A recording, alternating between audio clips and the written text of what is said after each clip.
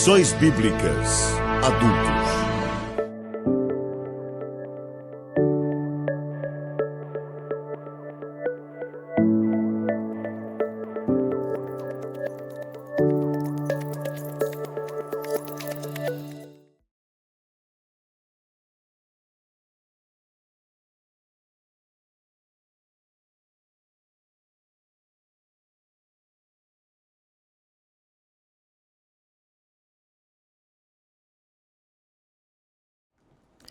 A paz do Senhor, alunos, estamos iniciando mais uma lição da Escola Bíblica Dominical, aqui nos estúdios ADCast, programa do Departamento de Comunicação da Igreja Evangélica Assembleia de Deus, Ministério do Belém, em Piracicaba, na direção geral, nosso pastor-presidente, pastor Irineu Lima Pereira.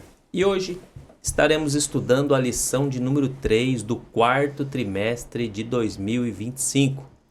E para comentar esta lição, hoje nós temos aqui os professores, mais uma vez, o presbítero irmão Samuel. Pai do Senhor, irmão Samuel. Paz do Senhor, pastor Neusley, pastor Ebenezer, que Deus abençoe a todos. Amém.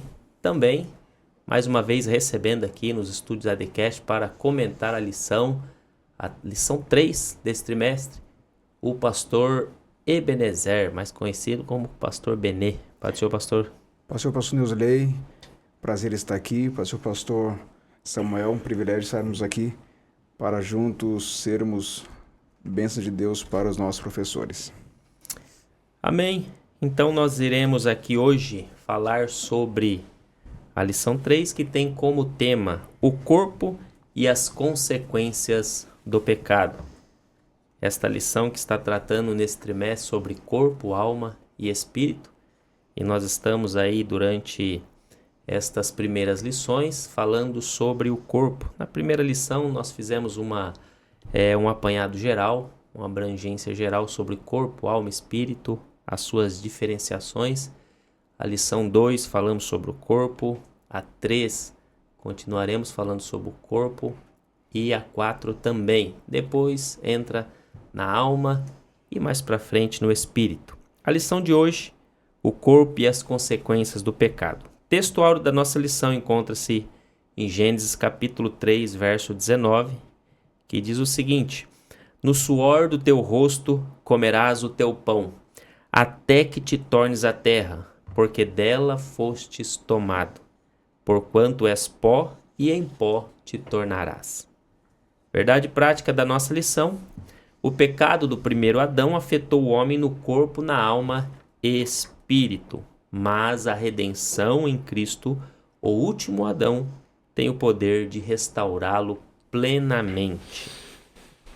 A palavra-chave da nossa lição de hoje vai tratar sobre o pecado, mas também podemos colocar uma outra palavra-chave nessa lição de hoje, que é restauração também. Iremos falar sobre as consequências do pecado, mas como bem disse a verdade prática, também falaremos sobre a redenção ou restauração. Os objetivos da nossa lição de hoje estava me esquecendo aqui. Temos a leitura bíblica em classe também, que encontra-se em Gênesis capítulo 3, do versículo 17 ao 19, e também Eclesiastes capítulo 12, do versículo 1 ao versículo 7. Depois vocês que estão nos assistindo, faça aí a leitura bíblica em classe, que eu tenho certeza que vai ser muito importante. Objetivos da nossa lição de hoje: 1. Analisar como o ser humano foi criado em perfeição e de que forma o pecado trouxe o sofrimento.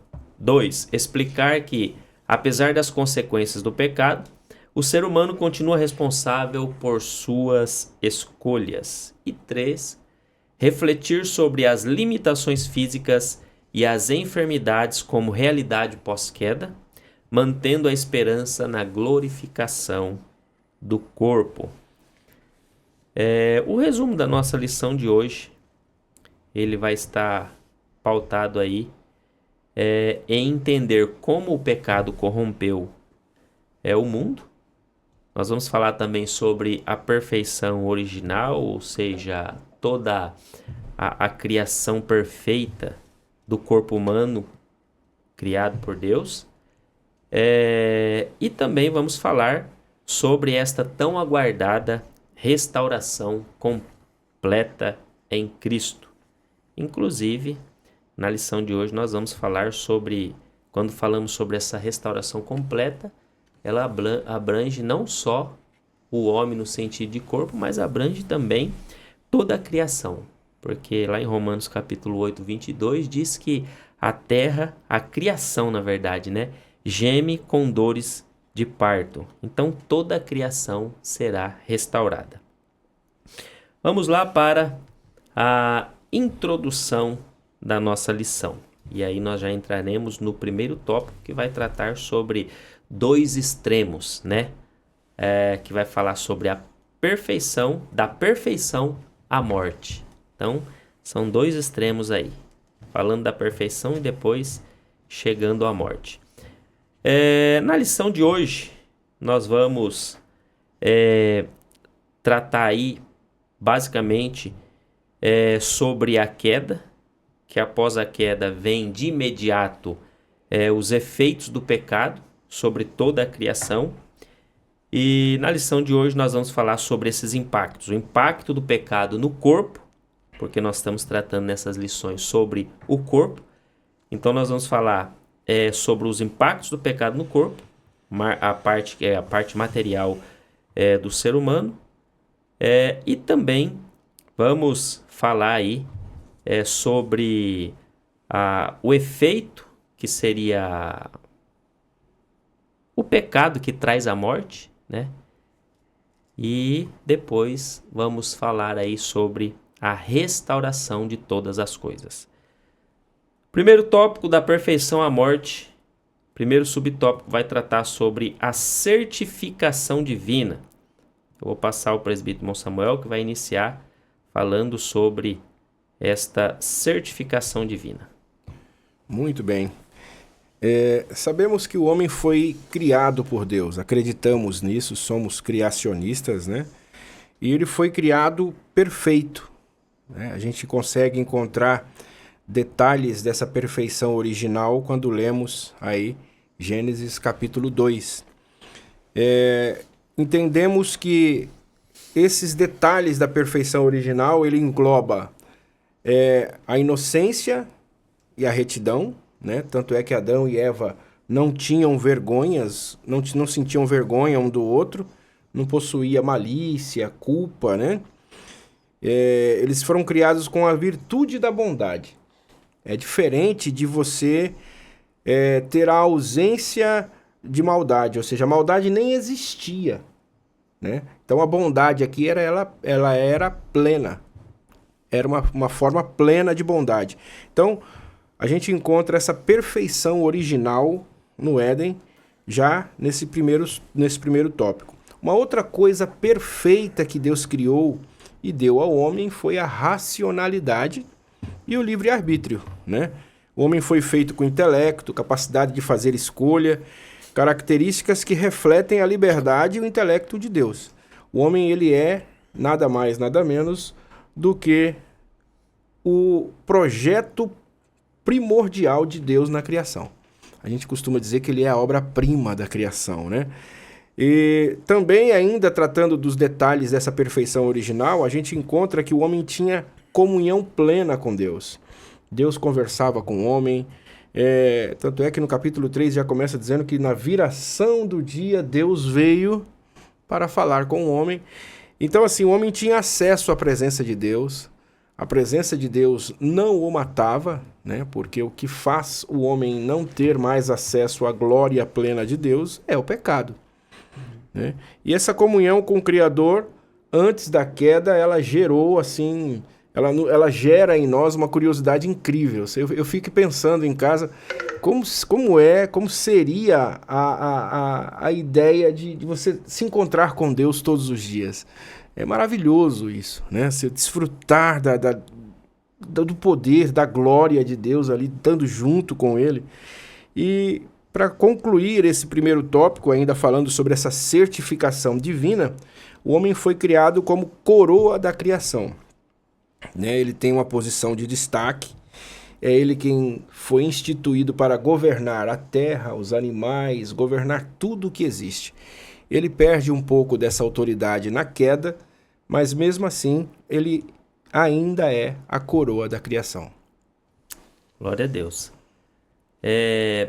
Passando aqui para o segundo subtópico, nós vamos tratar sobre pecado e dor. Eu vou passar para o pastor Ebenezer, se ele já quiser também fazer algum adendo ao primeiro subtópico, aí ele já faz e já entra no subtópico 2, que é pecado e dor. Maravilha. Pecado e dor. A lição, o comentarista nos diz que o pecado trouxe a incômoda experiência da dor provocada por fatores. São 3 fatores: espirituais, emocionais e físico. É bom o professor explicar também isso aos alunos. Espirituais, foi pela imediata comunhão com Deus, a queda trouxe isso, o pecado desligou o homem de Deus. Emocionais, ele sentiu vergonha, culpa e também medo. A partir do pecado, o homem passa a ter vergonha, ele se esconde, né? Sim. Ele também sente culpa e sente medo. E físico são as doenças, que a partir dali então o homem passa a ter doenças, a degeneração, o envelhecimento e também a morte. E consequentemente a tudo isso a maldição, né? A terra ficou maldita, a natureza foi alterada. A Bíblia diz que a partir dali espinhos vão nascer, ervas daninhas vão nascer. O homem passará a partir daí a conseguir os alimentos, sobreviver com o suor do seu rosto, com muito esforço, de uma maneira muito penosa. E tudo isso, essa complexidade de problemas, é para promover o envelhecimento do ser humano e a morte. Olha o que o pecado traz, as consequências do pecado ao ser humano. Tudo isso acontece por causa da escolha do homem. O mau aproveitamento da sua liberdade trouxe a ele todos esses problemas, inclusive a morte física do seu corpo também, trazendo muitas dores, das quais até hoje todos nós, seres humanos, sofremos também. Amém. Esse segundo subtópico aqui, o pastor Benê foi bem feliz aí, sintetizou perfeitamente essa questão aí dos problemas causados, né? Que houve o pecado trouxe esse rompimento, né? Espiritual, emocional e físico. E aí o pastor Benê explicou aí cada um, e ele até frisou aí, importante que o professor ele detalhe cada um deles para a aula ficar bem didática. Vamos lá para o terceiro subtópico, que vai tratar sobre velhice, autenticidade e gratidão. Aqui o autor ele coloca que a nossa sociedade hoje, ela vem passando por um transtorno chamado de gerontofobia. Esse transtorno de gerontofobia que seria o medo de envelhecer. O pastor Benê até colocou aqui, né? Explicando os problemas emocionais que causou. Ficou envergonhado, trouxe culpa e trouxe medo, né? Então você vê que um efeito hoje que existe no homem, que tinha lá, que iniciou no Éden, ainda permanece hoje, justamente por essa questão dele ter medo, porque ele sabe que ele já está condenado à morte. Ele sabe que vai chegar ao fim. Uma hora ou outra, todos nós, uma hora ou outra, vamos chegar ao fim, né? Então, hoje, eu fui até fazer uma pesquisa, um instituto, Qualibest, ele diz que 90% da nossa sociedade hoje envelhecida, ou seja, dos nossos anciões, eles sofrem deste transtorno, mas a maioria deles calado, não expressam esse transtorno, eles não expressam que tem esse transtorno, mas tem. E eu acho que isso é algo até natural, né, do ser humano. E 90% deles o maior medo é com doenças, né? E a solidão. Essas duas são as maiores causas. O medo da doença, né, de ficar inválido, e o medo da solidão, de ficar abandonado ou desprezado. E isso é uma coisa, esse dia até vendo uma pessoa numa rede social, não me lembro agora, uma senhorinha de 98 anos fazendo um poema para os filhos, dizendo da tristeza dela de estar num asilo. Meu Deus. E ela faz um poema dizendo que criou todos, deixou de comer para poder dar comida para os filhos, e hoje ela está ali desprezada, e os filhos são todos bens. Ela falou, os meus filhos são todos, não são pobres, todos são bem-sucedidos, e eu estou aqui abandonada. Então, uma das causas desta pesquisa diz que é a questão da solidão. Mas daí, quando a gente vai para a Bíblia ela tenta reduzir esse diagnóstico. Ela tenta reduzir de que forma? Fazendo com que nós, pelo menos cristãos, dê valor e honra a estes anciões. É uma coisa simples? Não é uma coisa simples, né? Mas como cristãos, nós devemos seguir o que a Bíblia nos diz, né? Dizendo aqui, inclusive o professor ele coloca que nós precisamos reconhecer as características e a importância de cada etapa da nossa existência, e também reconhecer que aqueles que viveram mais que nós, que estão já no fim dos seus dias, são pessoas honradas e que serão pessoas para nos aconselhar. O que acaba que não é tão simples assim essa realidade, mas é o que a Bíblia nos ensina. Mas a gente vê aí que a pesquisa diz que 90%, então está abrangendo muita coisa. Muita coisa. Né? Mas nós precisamos entender e desde já começar a colocar isso na mente, que um dia seremos nós, né? Aqui eu creio que nós estamos numa mesa aí dentro dos 40 mais, né? O pastor Benê é o mais ancião entre nós. É nada, ele disse que é de 85. Eu não sei se eu acredito, mas... O RG diz isso, né? O RG diz, então tá bom. Mas nós estamos aí no 40 mais. Se a gente for olhar pela Bíblia, nós já estamos do meio para frente da nossa vida. Passamos da metade. Passamos da metade da nossa vida. Já não dá para voltar mais. Já não volta mais, né? Então nós já devemos começar a pensar desta forma, que cada etapa da nossa vida existe uma certa importância. Há pessoas, né, pastor Neusley, que até dizem, né? O medo é tão grande que alguns dizem, se for para mim envelhecer e dar trabalho para os outros, cada uma cama, eu prefiro morrer. Exatamente. É um medo, né? E comprova sua pesquisa aí. Comprova, porque a pessoa tem tanto medo de ficar inválido que prefere a morte logo. Prefiro morrer. Exatamente. Mas vamos lá. Vamos falar agora sobre a responsabilidade humana, que é o segundo tópico da nossa lição.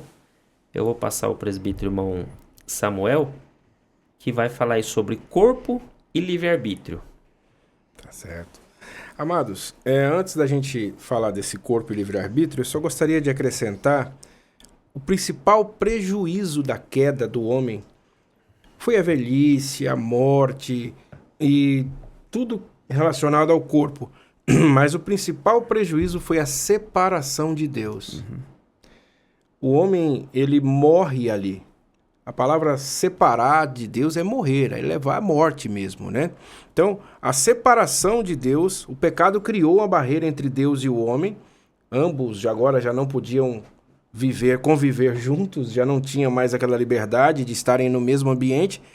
E essa separação de Deus desencadeou, então, toda a malignidade que a gente conhece, tudo que é a desarmonia que existe hoje, foi exatamente baseado nessa separação.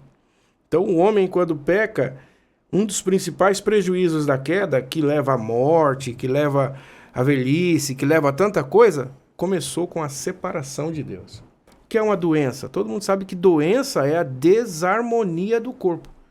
O corpo do homem era totalmente harmônico. Quando ele se separa de Deus, ele começa agora a trabalhar, a não respeitar os limites do corpo, a sofrer um pouco mais no sol escaldante. Ele passa a ter alguns problemas, mas tudo isso foi por quê? Porque ele se separou de Deus. Então a morte, o principal prejuízo da queda, o professor precisa passar isso aos alunos, que o principal prejuízo da queda é a separação de Deus. Até porque, irmão Samuel, no finalzinho do primeiro subtópico, o comentarista ele coloca: quão aprazível era esse maravilhoso estado original, Sim. quando o homem tinha esse contato com Deus. E aí ele coloca aqui, ó, algo que eu achei interessante. Afetada pelo pecado, nossa mente não consegue descrevê-lo.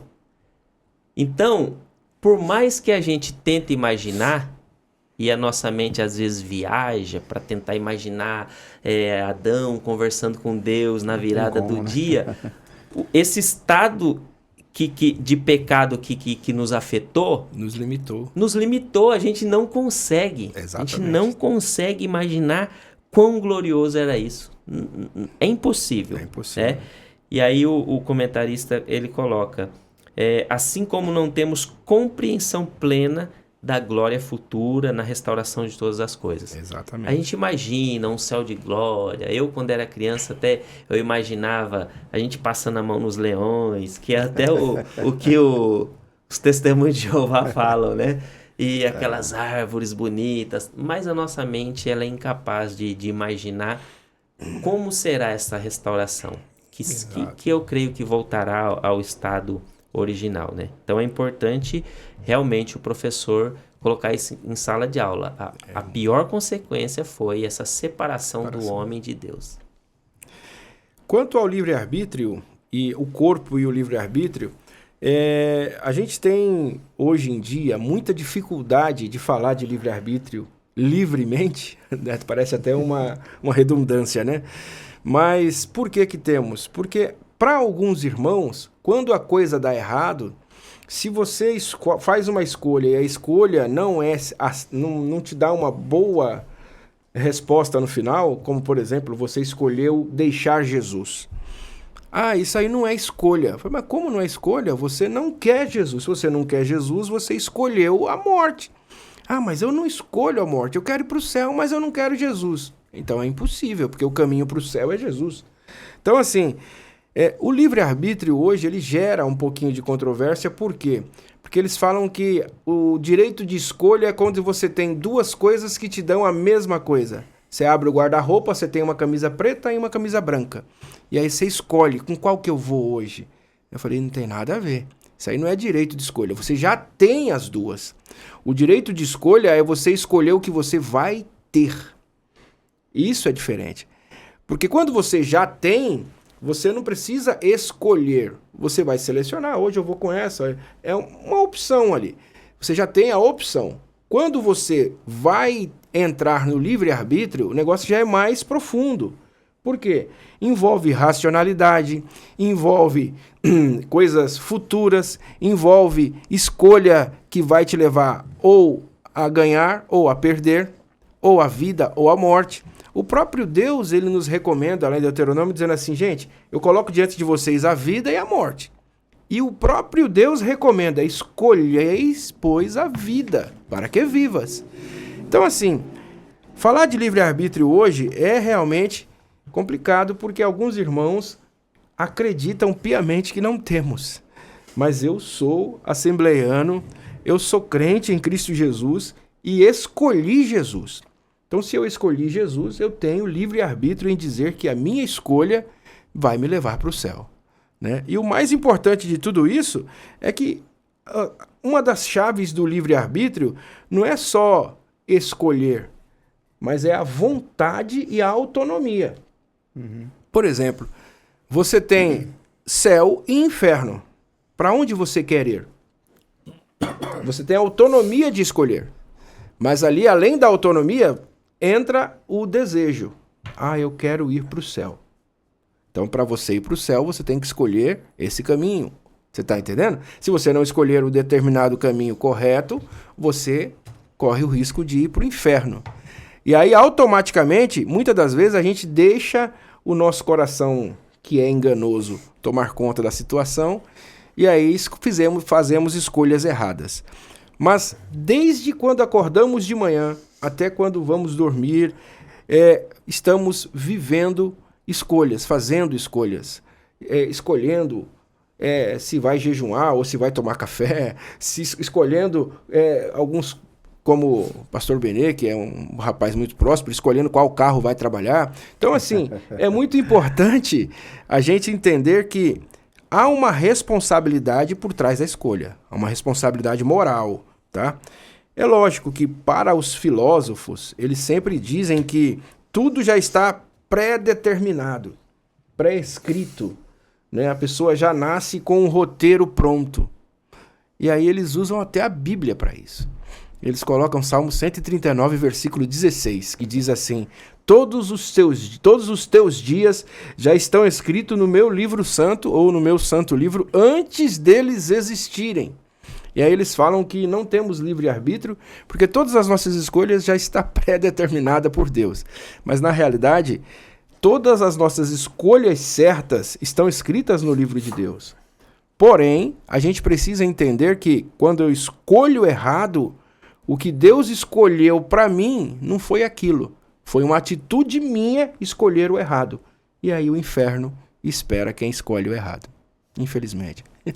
É importante fazer menção de que, por exemplo, o Salmo 139, diante da soberania de Deus, que conhece todas as coisas, ele realmente sabe.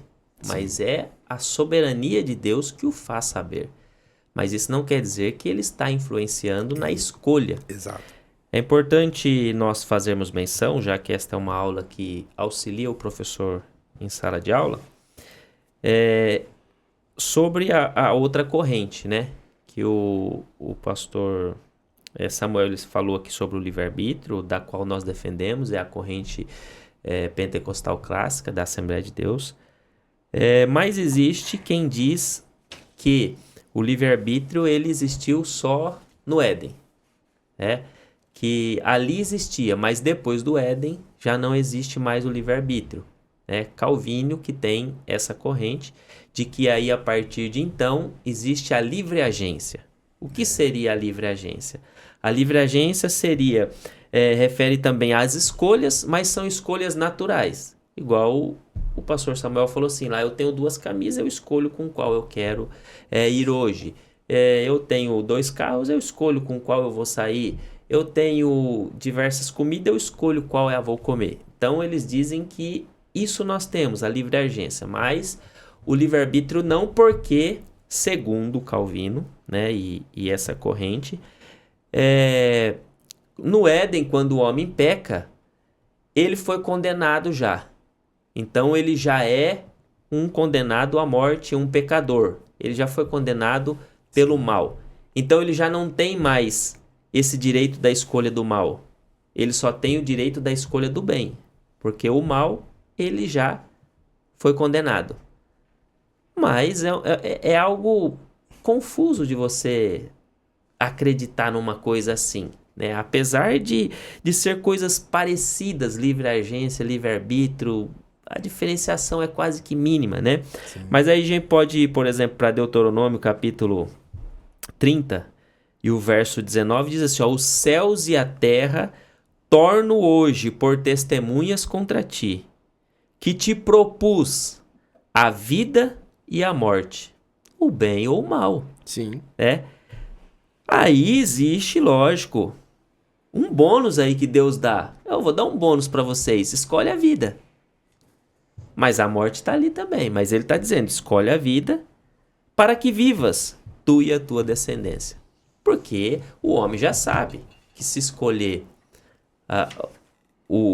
a morte, é condenação eterna. Sim. Então, fica bem claro essa questão do livre-arbítrio nesses versículos. E o versículo 20 diz: amando o Senhor teu Deus, dando ouvidos à sua voz e apegando-te a Ele, pois disto depende a tua vida e a tua longevidade, para que habites. Eu acredito que fica claro nesse versículo aqui, essa questão do livre-arbítrio. Mas vamos lá para o segundo subtópico do tópico 2. A potencialização do sofrimento. Pastor Benê. Muito bem. Hoje tivemos uma aula muito boa agora, né? Algo muito importante sobre predestinação, né? Somos ou não somos? Precisa ter mais fé para crer na outra, né? Do que para crer nessa mais simples, né? Tão simples. É bom só para o professor também interagir com os alunos, que quando a serpente ela vai dar opção, né, para Eva ali, vai seduzir para a escolha do bem e do mal, ela diz: a partir daqui você vai ser conhecedora do bem e do mal. E aí o professor pode, só para interagir com os alunos mesmo, né, perguntar: é verdade isso que a serpente falou? Certamente os irmãos vão ali, cada um vai dizer algumas suas opiniões, porque veja bem, o bem, eles já viviam, não é isso? Exatamente. Já viviam na plenitude do bem. Não tinha um bem maior do que aquele para eles conhecerem. Já viviam já. Então a serpente está enganando ela. Havia bem maior do que aquele. Mas o mal, esse sim eles conheceram. Né? O mal eles conheceram porque eles não sabiam que era dor, que era sofrimento. Tudo que foi dito no tópico anterior, eles não sabiam, não conheciam o que era dor, envelhecer. Esse medo que se tem hoje, eles nem imaginavam. Né? Os seus órgãos eram eternos, né? Não envelheciam. Mas o professor pode lançar essa questão para os alunos. Sobre a potencialização do sofrimento, vem com as doenças provocadas pelo pecado, pelos vícios. E aí, pastor Neusley, o nosso livro de apoio, na página 50, ele traz também uma pesquisa muito importante da ONU, que é um relatório que foi feito em 2022, que é muito bom o professor citar isso na aula também, é importante esses dados, para que os alunos tenham uma noção de como estamos vivendo, o que está acontecendo no mundo hoje e o que o pecado tem provocado desde a queda até hoje, como isso tem crescido a cada dia.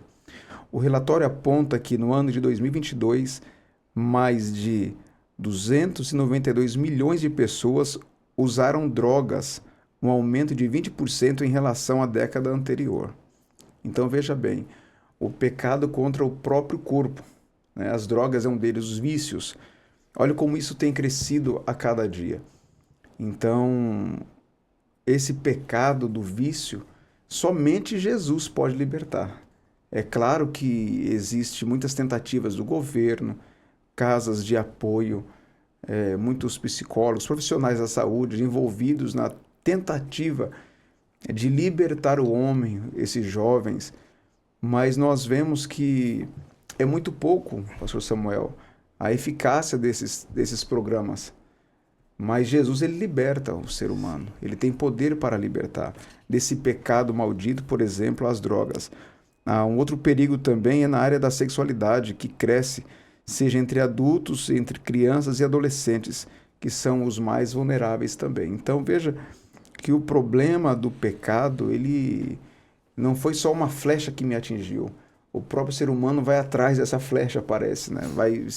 Ele se martiriza.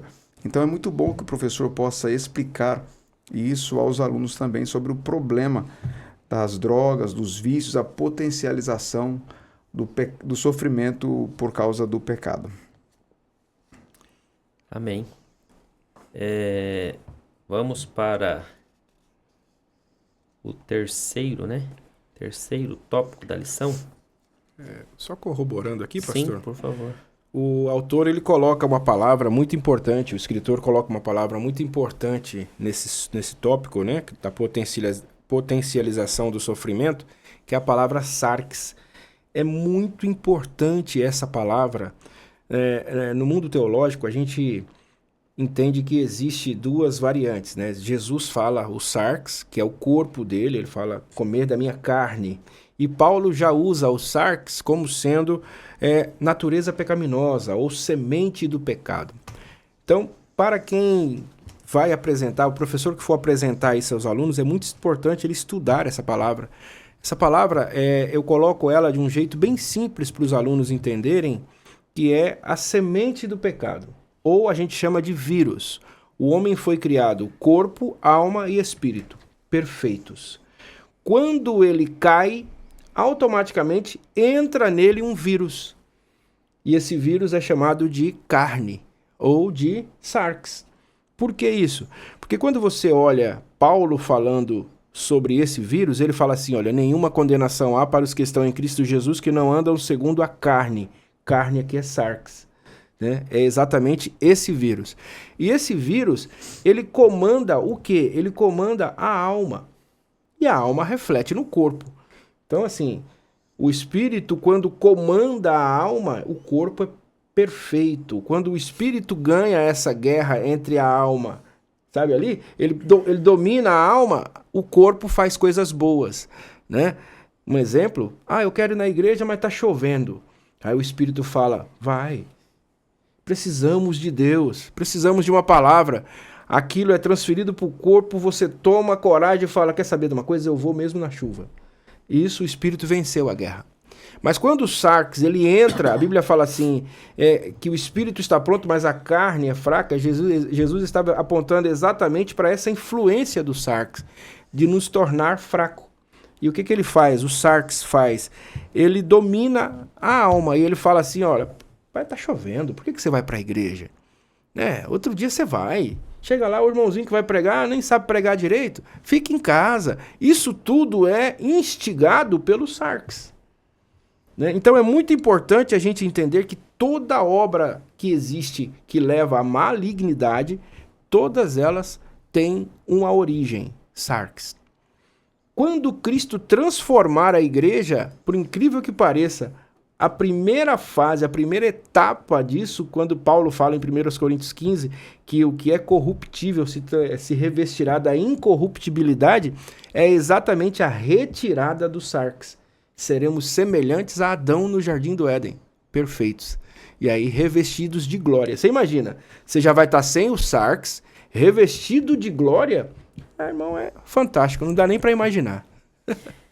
Esta natureza pecaminosa, né, que é o sarx, ela é importante dizer que ela foi implantada ali no Éden, na queda, por Satanás. Exato. Né? Ele quem implanta.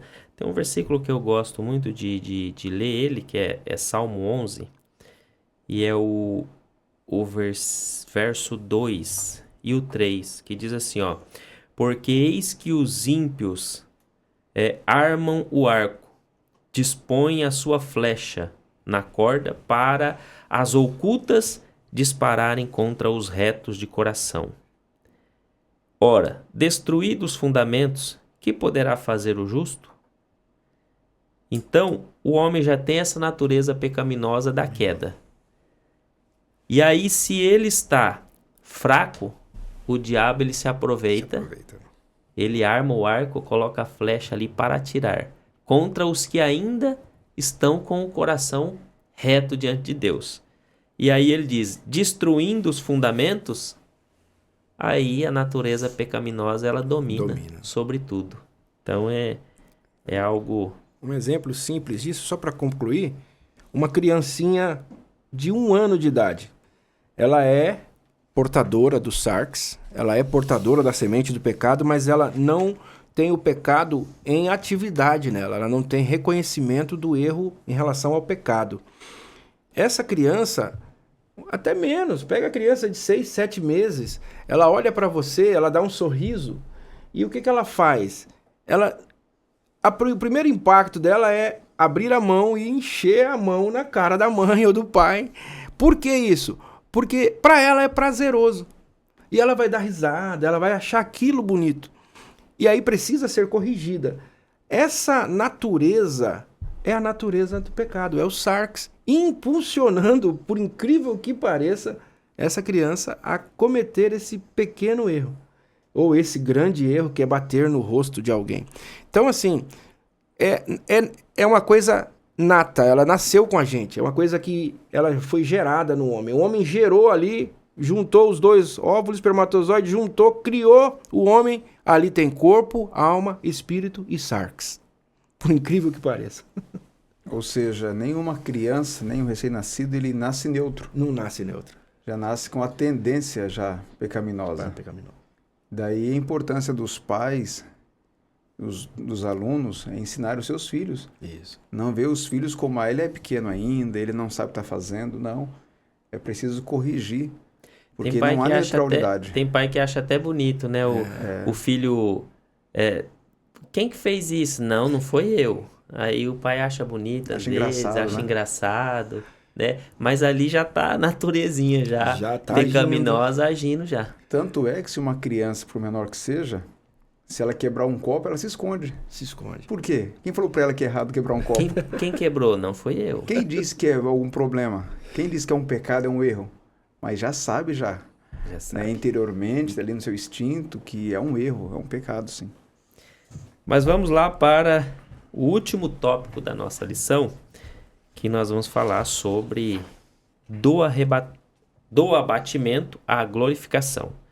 Ou seja, é o tópico que nós vamos falar da esperança, da restauração, que é o terceiro tópico da nossa lição.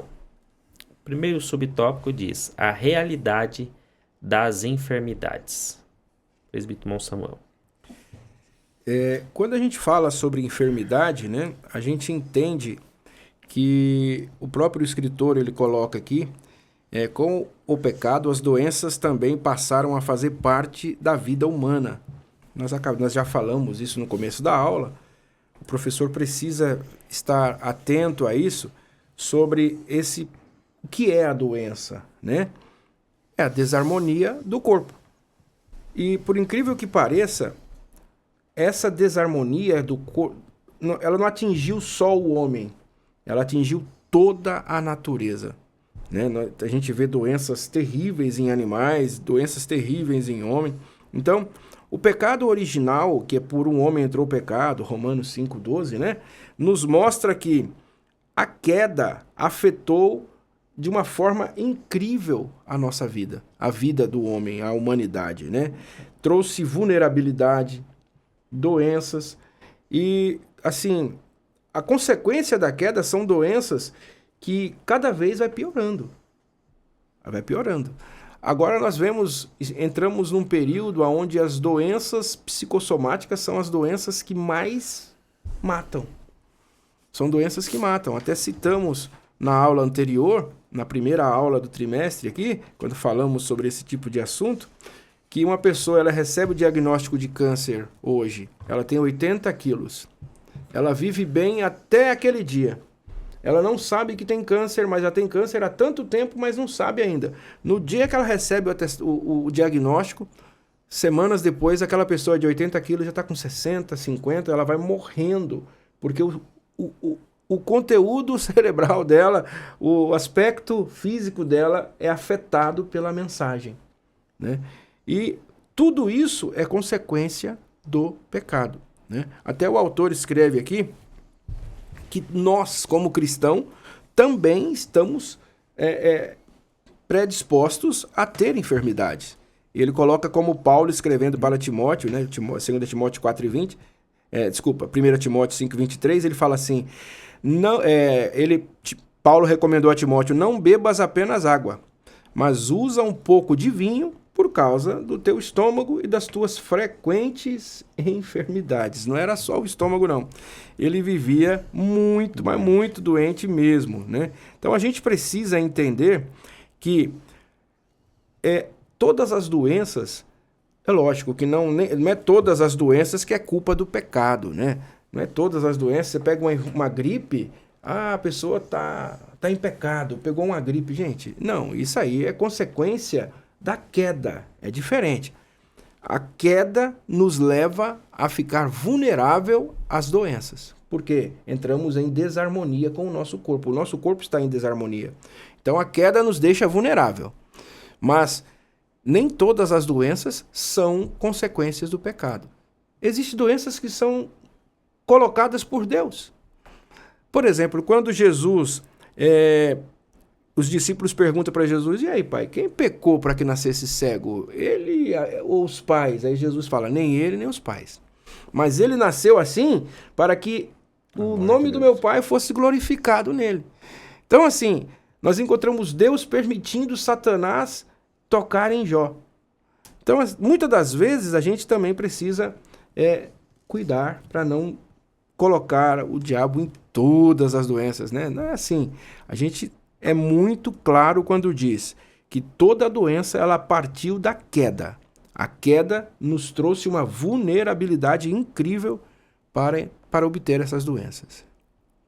Bem, subtópico 2, e aí se o pastor Benê já quiser também fazer uma complementação do 1, nós vamos falar no 2 sobre enfado e canseira. Sim, colaborando aqui com o pastor Samuel, tivemos o exemplo agora, alguns anos atrás, do Covid-19, que afetou a todos. Crentes, não crentes, né? Pastores foram sepultados, Sim. Pessoas famosas, pessoas não crentes, pessoas, atletas com boa saúde. Então, o problema da doença não está intimamente ligado com o pecado pessoal, mas sim com a queda, como muito bem explicou aqui o professor, nosso irmão Samuel. Sobre o enfado e a canseira. Poxa vida, né? Nós estamos falando, já estamos 40 a mais. Então falta pouco para chegar no enfado. Na canseira todos já estamos cansados já. Mas mesmo que o corpo, o autor aqui diz, mesmo que o corpo não seja abatido por doenças, o próprio processo de envelhecimento traz canseira e enfado. Ou seja, viver já traz um problema. Já cansa. Já cansa. Só de estar vivo já é uma canseira já. Eu já tive a oportunidade de falar com pessoas com idade avançada e eles dizerem, poxa, viver é cansativo. Estar vivo, só de viver para eles já é uma canseira muito grande. Mas na leitura bíblica em classe, que fala sobre Eclesiastes 12, é bom nós refletirmos sobre isso também. Se já sabemos que vamos envelhecer, se já sabemos que vamos passar por momentos de possíveis doenças no futuro, de enfado e todas esses problemas devido à idade, Eclesiastes, o pregador, ele diz: lembra-te do teu Criador, lembra-te de Deus. Quando? Nos dias da tua mocidade, enquanto você ainda é jovem. Lembra-te de Deus antes que venham os maus dias. Ou seja, os maus dias é a certeza. Vai acontecer. E você possa olhar para o retrovisor da vida e dizer: não tive alegria nos meus dias. Então, se viver bem enquanto é jovem, se usar a sua vida para servir ao próximo, para servir a Deus, se usar a sua vida, os seus bens para servir a Deus, se os seus estudos forem para glorificar a Deus, se o seu trabalho for para glorificar a Deus, se nos seus relacionamentos for para glorificar a Deus e ser de bênção para o próximo, então você poderá chegar no enfado, na velhice, olhar para trás e dizer: valeu a pena, eu vivi bem. O problema é chegar lá e olhar para trás e dizer: eu fui um cara chato. Não tenho amigos, não tem ninguém por mim, não aproveitei, porque não dá para voltar mais. Foi isso que falamos agora, né, pastor Samuel? Já não dá para voltar mais. Imagine quando 70, 80, não se volta mais. Então, é importante que o autor muito bem colocou aqui na leitura bíblica em classe esse texto de Eclesiastes, que é um dos que eu mais amo, que é lembrar de Deus enquanto é jovem. E quanta gente pensando no futuro e esquecendo o presente. E quando chegar no futuro não teve nem o passado e também não terá um presente feliz também. Não terá. Porque esqueceu do Criador, esqueceu-se de Deus. Então a convivência sem orgulho, sem acepção de pessoas, como diz aqui o comentarista, ricos e pobres são como a erva, todos vão se passar. Não tem distinção de pessoas. Todos somos iguais perante Deus e perante uns aos outros também. Não tem ninguém melhor do que ninguém. Então, por que viver uma vida de arrogância, prepotência, sabendo que se tudo der certo, o que vai sobrar para nós vai ser o enfado e canseira, né? Então, é importante que se viva bem o hoje, como diz o pregador, né, o Eclesiastes aqui, lembrando-se de Deus. E diz também aqui na nossa lição sobre o autoconhecimento. É aceitar o que é. Tem que se conhecer e aceitar o que você é. Não dá para ser uma coisa que você não é. Você é isso e pronto. O que você é? Nós somos um hotel de doenças não manifestadas ainda. É isso que nós somos, nada mais. O que nós somos? Pó da terra. O que nós somos? Pessoas que daqui a pouco vamos estar dentro de um caixão e nossos filhos sepultando a gente, se tudo der certo. Se tudo der certo, é isso que tem. Então, temos que ser mais racionais, né? E ter fé que nada vai melhorar mesmo, é isso aí. É verdade. Não tem nada para melhor, é ladeira abaixo. Com fé, com alegria, sem depressão ainda. Feliz, sabendo que tudo vai dar certo. Sem mimimi, é isso aí, a nossa vida é essa. Aproveitar o máximo possível essa curto espaço de tempo que Deus nos dá. O que é viver 100 anos? 100 anos é nada. Em relação ao universo, que é 100 anos? Nada. E quase ninguém de nós chegaremos aos 100 anos. Então precisamos nos autoconhecer e viver uma vida melhor. Na mordomia do corpo, é excelente investir em comunhão, com a família, com os amigos. Se tivermos isso, poderemos chegar no final da vida e ter alguém. Mas se pensarmos apenas em nós mesmos, no nosso bem-estar hoje, pode ser que chegamos lá sozinhos, desamparados e sem ninguém. Então é importante que o crente tenha essa consciência, que o aluno tenha essa consciência de que precisamos lembrar de Deus enquanto estamos vivos ainda, porque o mau dia chega para todos. Exatamente. O pastor Benê falou sobre ter consciência, né, e o autoconhecimento, porque as limitações e as fraquezas vão surgir ao longo da vida. Né? Vão surgir, então é importante nós termos essa consciência de que está chegando. Por isso que o Salomão, né, ele vai dizer: lembra-te do teu Criador no dia da tua mocidade, porque provavelmente ele está dizendo isso na sua velhice já. Sim. Ele está dizendo: hoje eu estou limitado e fraco, né? Então é importante nós termos esta consciência, o autoconhecimento do nosso corpo. Vamos lá para o último subtópico, que vai tratar sobre o corpo glorificado. E aqui é a nossa esperança, é a esperança de todo cristão. Apesar de, como já dissemos lá no primeiro tópico, nós não sermos capazes de compreender o que nos espera, aí a Bíblia entra ali, principalmente Hebreus fala muito sobre isso, né? Sobre a fé. Exato. De nós crermos mesmo sem saber. Esta é a fé do cristão. É a nossa bendita esperança. De quando o nosso corpo ele será glorificado. E aí esta glorificação, ou seja, a redenção, ela é completa, inclusive no corpo, como diz Romanos 8:23, né? E aí há a transformação. O autor ele até coloca aqui, nesse texto fala sobre metaschematizo, é isso? Isso. Metaschematizo, no grego. E significa mudar a forma.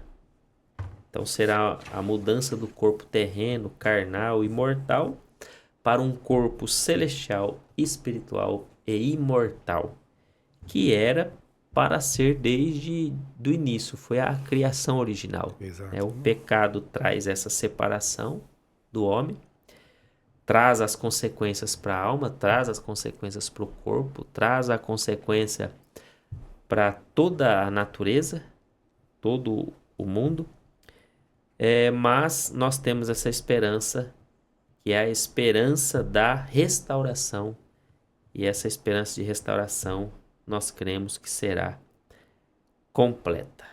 Amém? Então, Amém. nós finalizamos aqui esta lição.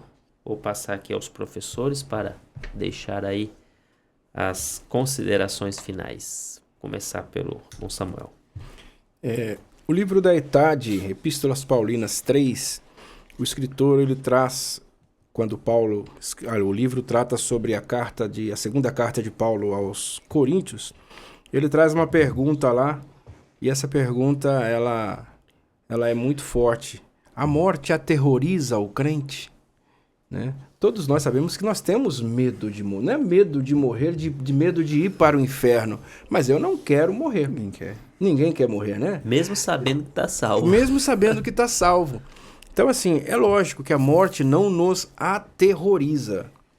Mas não queremos morrer. E eu gostei muito desse escritor do livro da Etade, quando ele diz aqui assim que o nosso tabernáculo terrestre, Paulo escrevendo aos irmãos de Coríntios, né? 2 Coríntios 5:1 em diante, quando esse tabernáculo terrestre se desfizer é corpo físico, morrer, tá? É referente à morte do corpo.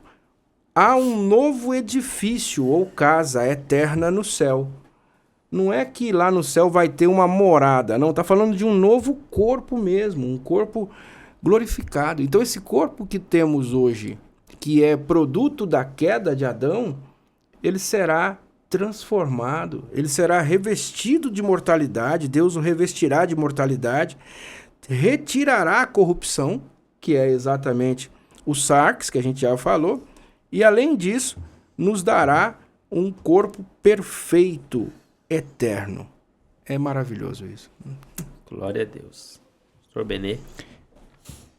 Foi um prazer estarmos aqui, aprendendo um pouco mais e também cooperando com os nossos professores, e que nós possamos, os professores em sala de aula, eles possam motivar os alunos a pensar um pouco na sua vida. Essa é uma lição muito racional. Eu vi ela com muita racionalidade que o autor ele colocou aqui, sobre as consequências do pecado, para que possamos então fugir, para atingirmos, para conseguirmos, através da graça e na fé em Jesus Cristo, esse corpo glorificado como o de nosso Senhor e Salvador Jesus Cristo. Amém. Meus irmãos, chegamos para o final de mais uma lição da Escola Bíblica Dominical e eu te convido a participar conosco em todas as nossas congregações aos domingos a partir das 9 horas da manhã e aqui conosco todas as quintas a partir das 21 horas. O episódio da Escola Dominical vai ao ar para que o professor se prepare, para que você que é aluno também, que às vezes está trabalhando no domingo, não consegue estar na Escola Dominical, também participe juntamente conosco. Não deixa de curtir, comentar e compartilhar este conteúdo. Que Deus te abençoe e até a próxima aula da Escola Bíblica Dominical.